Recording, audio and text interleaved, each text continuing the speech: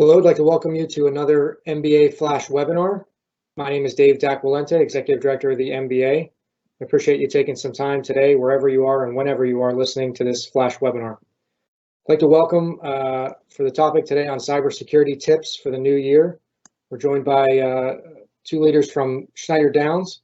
We've got Ted Pettko, Audit Shareholder, and Dan Desko, Technology Shareholder with us. Good afternoon, Ted. Good afternoon, Dan. Appreciate the time this afternoon. Looking forward to hearing best practices, tips, and tricks that we can all be better personally and professionally and for our organizations here as we look at cybersecurity in 2021. Great. Thanks, Dave.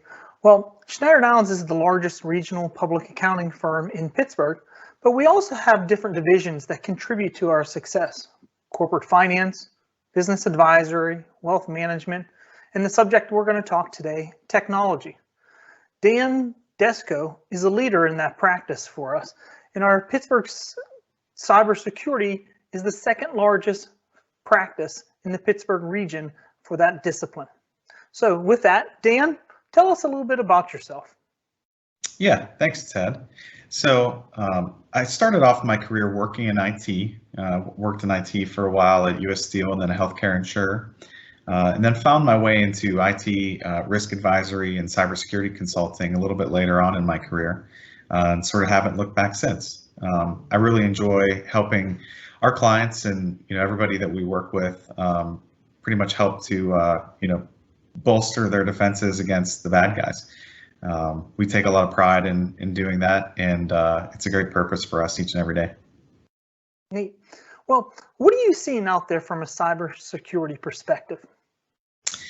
Yeah, there's so many different threats now in the marketplace, than there were 6, 9, 12 months ago. With COVID and remote work, things have changed so much. From everything from different types of phishing and business email compromise to things like ransomware. What's interesting is COVID has allowed so many different types of unique threat actors to enter the marketplace and try to take advantage of people during these times, right? So you think about people working from home, they have kids on their laps, or they're chasing children around the house. People are distracted now more than ever. So the hackers know this, the hackers are taking advantage of this, and they're being more and more successful with their attempts than ever before. We saw a spike when COVID-19 hit last year. There were tens of thousands of new domains being registered every day that were related to COVID-19, and over half of them were fraudulent. So if that gives you a little bit of a flavor of the types of issues that were coming about. Fast forward to now, the things that we're also seeing are fake emails and phishing scams related to fake vaccines or links to go sign up to go get your vaccine, or PPP loans, things along those lines. Hackers are using those types of things to gain an entryway into people's email boxes and then hopefully into your corporate accounts. Well, there's no doubt that these hackers and unethical people, they're evolving constantly. And so when we look at the construction industry, what do you see as some of the greatest threats outstanding for that? Yeah, great question, Ted. I mean, I for one have seen some of our construction clients really get hit hard through things like what the FBI coins as business email compromise. So really, you think about a phishing attack, somebody is trying to get into your corporate network in some shape or form. So with the business email compromise, it's actually a very low risk type of attack. What the attacker wants to do is either try to guess their way into an email box of someone at your organization, or maybe it's an executive. And what they do is they take over that email box and they start to correspond with people, right?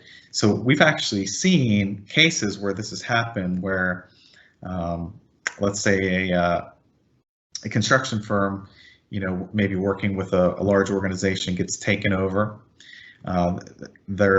The hacker controls an email box and starts to email their customers unbeknownst to the company. And the hacker we saw in this case was successful at emailing multiple customers and having them change the banking records, for remitting payments to the construction company.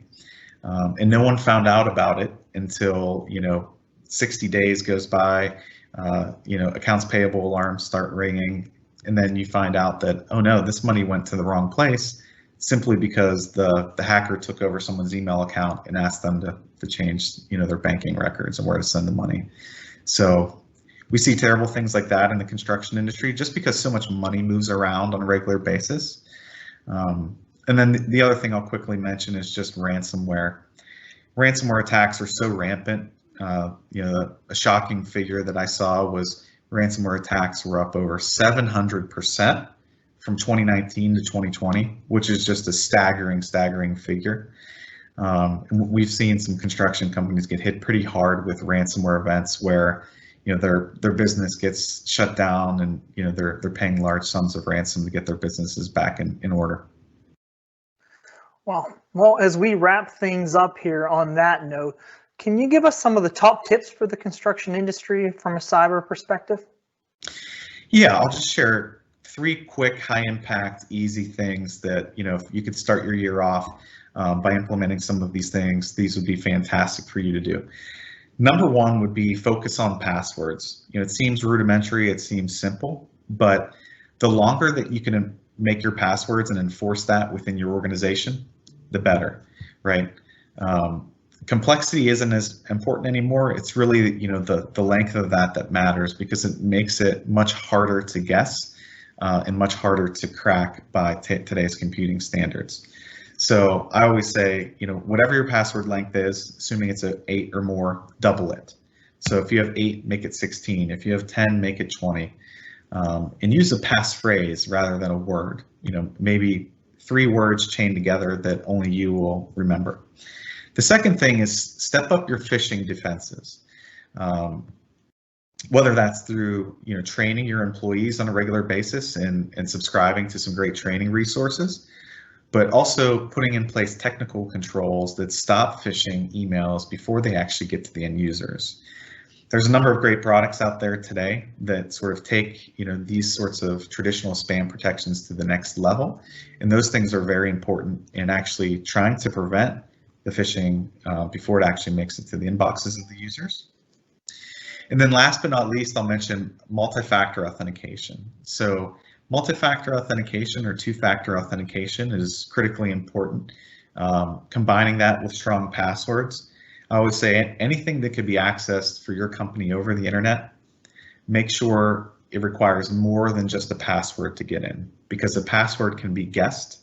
So a password is something something you remember, but a second factor of authentication would be something that you have or something you possess. So whether that's a soft token on your phone or maybe a hardware token that you keep in your pocket, but strongly suggest multi-factor authentication for anything that can be touched over the internet. Great insight for us, Dan. Thank you for your time. And Dave, thank you for the opportunity to share our insight and knowledge with you. We appreciate it. Thank you, Dave. Dan, Ted, thank you very much. It's great information, really important and useful, and I think a lot of practical things that everybody can take away. So again, thank you for your time, and stay tuned for the next flash webinar from the MBA.